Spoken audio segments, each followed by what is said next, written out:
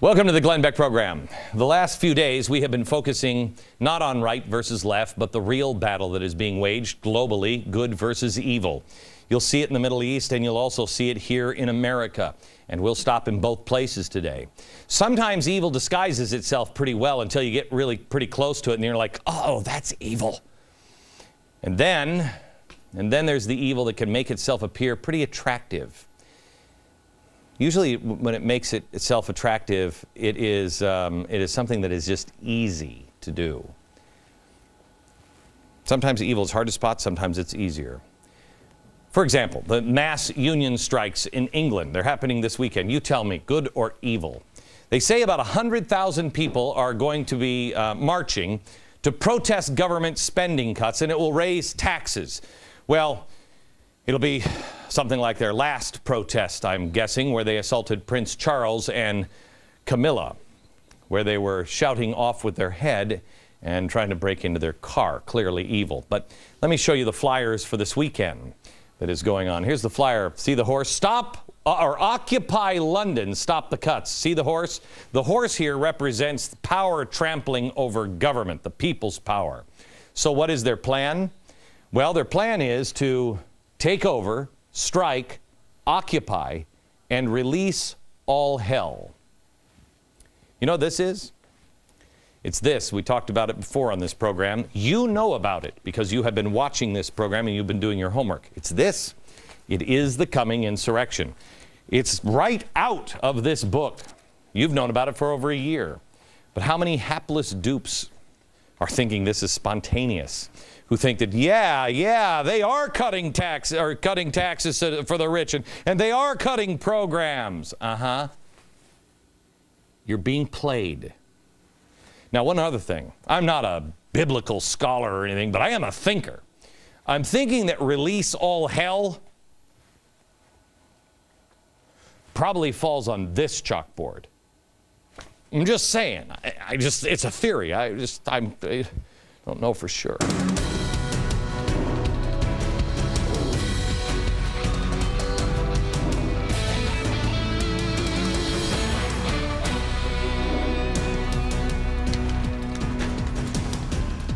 Hello, America. Gaddafi today. The Pentagon, in a war report we told you about, an exercise they were running, we'll tell you about in just a few minutes. It's playing a role sooner than we thought. Even though you knew that it was going to happen, somehow it's still shocking, isn't it, that virtually no major media outlet digging deeper into the story that we had an exclusive uncovering of yesterday. It is hard to imagine how people can ignore one of the most influential leaders in the union movement who is actively plotting to collapse the United States stock market and cause another financial crisis intentionally. I am happy to report tonight that at least one congressman is on it. Now, this one, there's more congressmen, I understand, that is on it. This one has the job done. It is a letter to Eric Holder demanding to know what the DOJ will do about it. And if they don't do anything about it, Congress, the Committee of Oversight and Government Reform, is the principal oversight committee of the House of Representatives and may at any time investigate any matter. This is Jason Chaffetz that has done this, but we have heard from Washington there are a few that are looking into this matter. We're excited to see who will move first. There's also a couple of sources that have reported on this story. I'm happy to say the Business Insider did a comprehensive story on this yesterday and did a fantastic job. The Washington Post mentioned it. They gave it to one of their columnists. That's where I would cover an economic terrorist attack with a columnist, one of their left-leaning writers. And I have to say this, at least he was honest. He talked about the guy we played for you yesterday, and we'll play again here in just a minute, Stephen Lerner, who is the SEIU guy. This article says about Lerner, he is one of the smartest organizers, if not the smartest organizer, working in the labor movement right now. A month or two ago, when I began asking around for forward-looking labor thinkers who could give me some ideas for where the labor should go after Wisconsin, he was the first name I was given, even though he's no longer actually employed by his union. Not sure that's true. The article went on to say that there was much to fear in Lerner's plan. to trigger another financial crisis. But he also said, but there's a fair amount of it that I like. And as I think I may have told you yesterday, that will happen. A lot of people are going to agree with what Lerner says, which is essentially that the regular Joe is being screwed over by the big banks. You know what? Not here to debate that. Wait until you see the show on the Fed on Friday. Banks have a lot to answer for. We put those people in jail if we would ever pursue them. But I want you to understand who this guy is, Lerner. This guy pressured this administration to nominate Elizabeth Warren to run the Consumer Financial Protection Bureau. This is the one that oversees the Wall Street reform bill, but she also is going to be your protector. She's going to watch out, make sure nobody screws you at all. It's an office of the Fed, so she doesn't really have any oversight.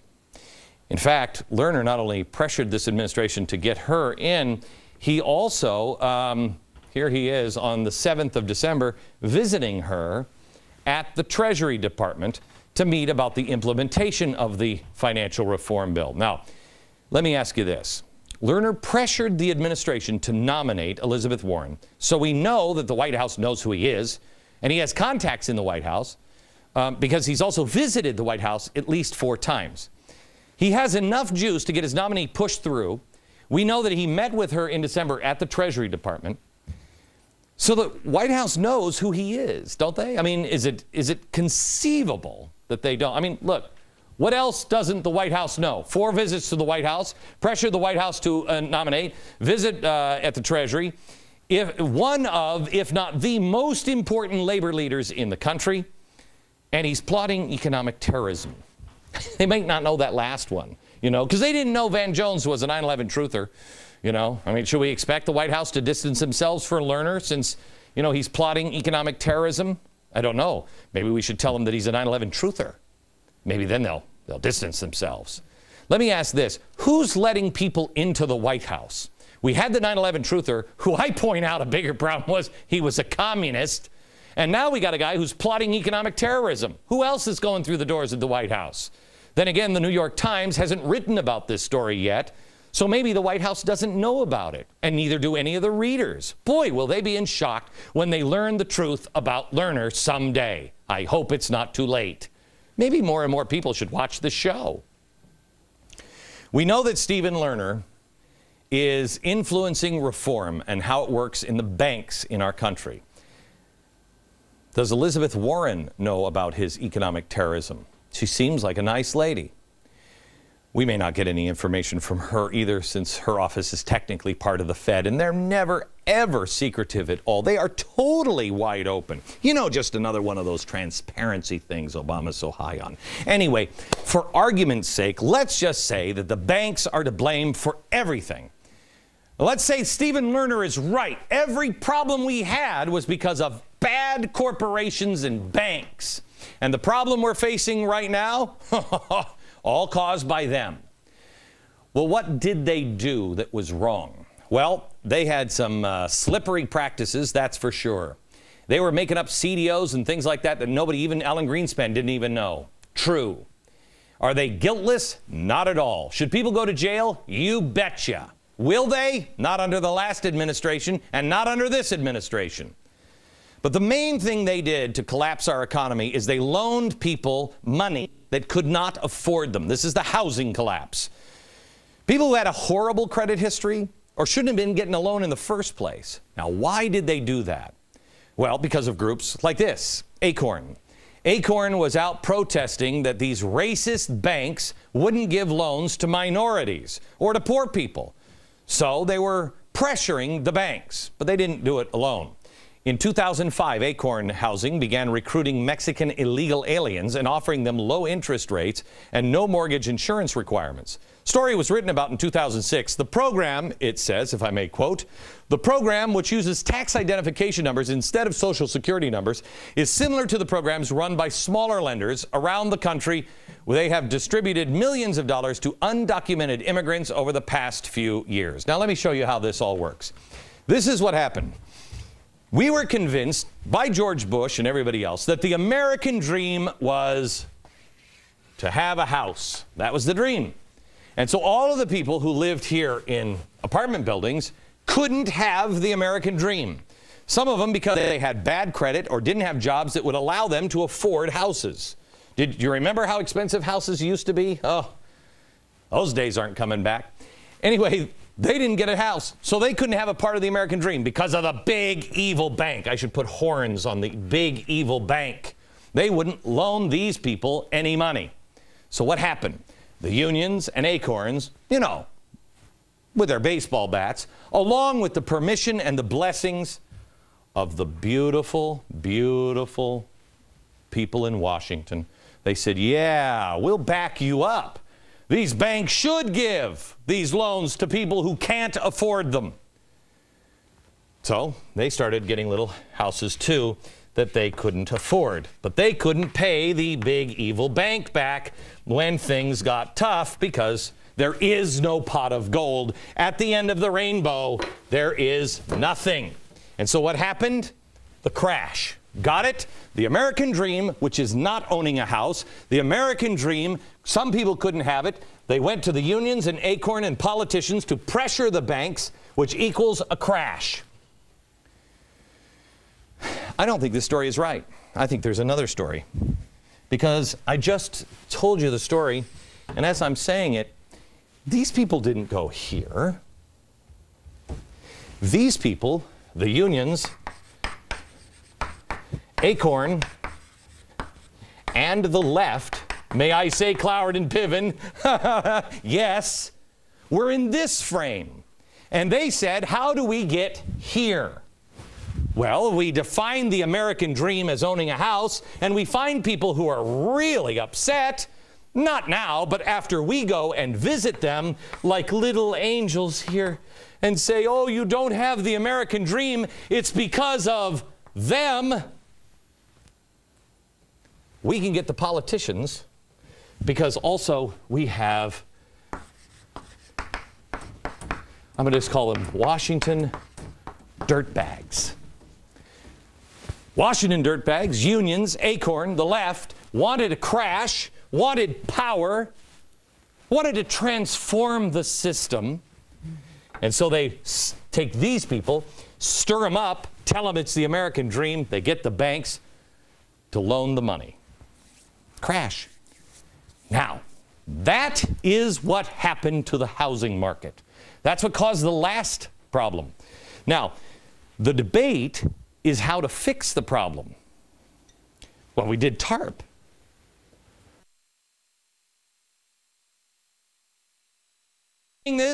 These guys, the banks, have all of our money that they took from these people and gave to these people, which these people gave to these people. And these people are going to save us. Now, here's the solution being offered. Remember, top union leader. His solution, do not honor your contract. Refuse to pay it. Watch. For example, 10% of homeowners, going back to where you started, who are a quarter of all people who own a home are underwater, right? Their home is strategic default, meaning they're refusing to pay, but they're staying in their home. If you could double that number, you would put banks on the edge of insolvency again. What would happen if we could organize homeowners en masse to do a mortgage structure? To say, if we get 500,000 people to agree, we'll agree we won't pay our mortgages. It would literally cause a new financial crisis for the banks, not for us. We would be doing quite well because we wouldn't be paying. So their solution is to break the contract. Notice he didn't say people who cannot. Everybody understands people who cannot. These are people who they refuse. If we can get people to agree, we won't pay our mortgages.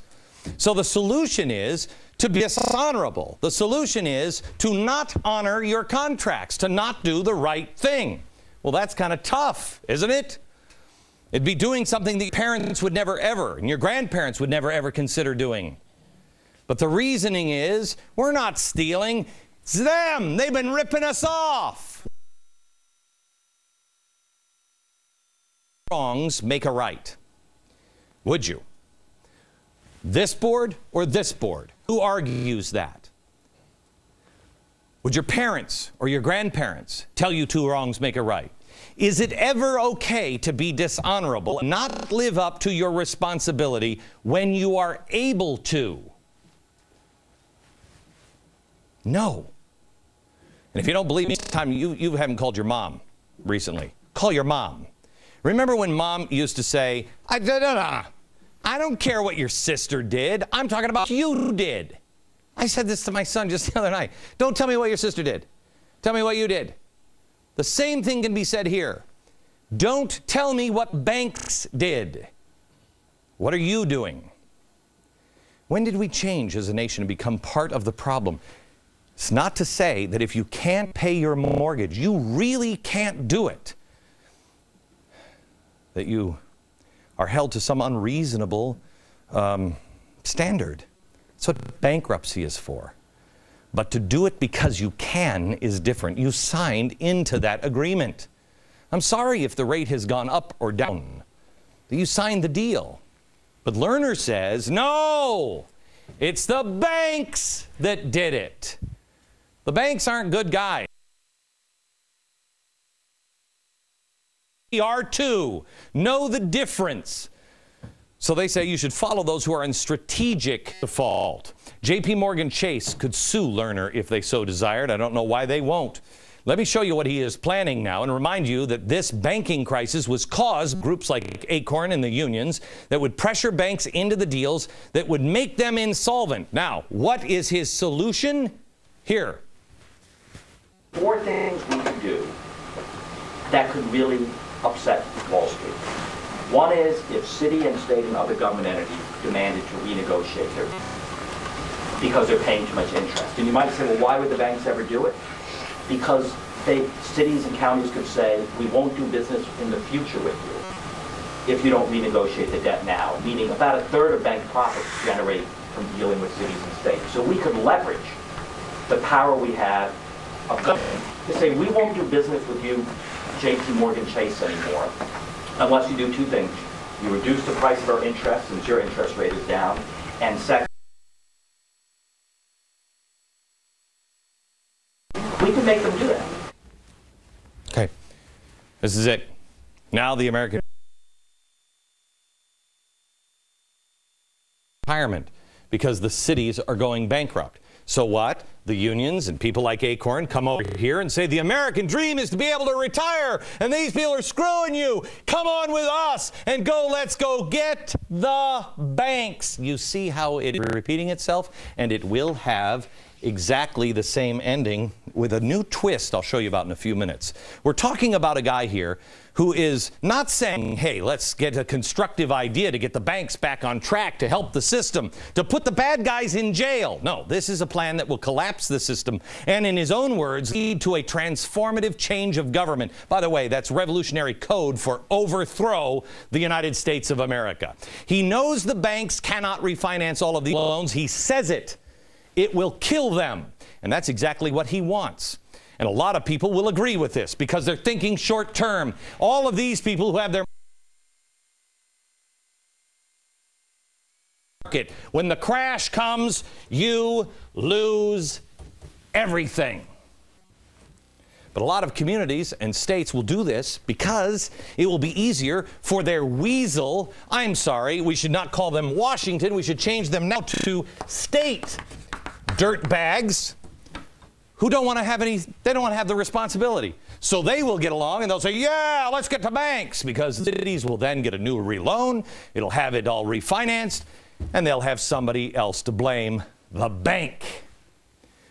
There is a slogan being tossed around right now by a few progressives, and I've heard it several times, and it's bothered me a lot because it's ridiculous. But Lerner uses the same language and says, this is what we're going to say to get people stirred up. Listen to what he says.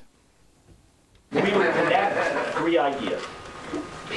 That we're not broke, there's plenty of money. They have the money, we need to get it back. And that they're using Bloomberg and other people in government as the vehicle to try to destroy us. Okay. And so that we need to take on those both at the same time. Stop. Leave this frame up here. We're going to connect on 3 ideas. That we're not broke, there's plenty of money, And they got the money, we need to get it back. And they're using people like Bloomberg to destroy us. Well, that's great news. We're not broke. I thought we were $14 trillion in debt. Yeah. Wow. Actually, I was really worried that the Fed just said yesterday that we were on the brink of insolvency. But I'm glad to know we have the money. There's plenty of it. Allow me to define insolvency for the media because they don't seem appropriately concerned. Insolvency, the inability to pay one's debts as they fall due. Now, how is that not broke? The money we're monetizing our debt, and we just keep printing. So who else is using Lerner's words? If we have the money, they have it. I'll show it to you next.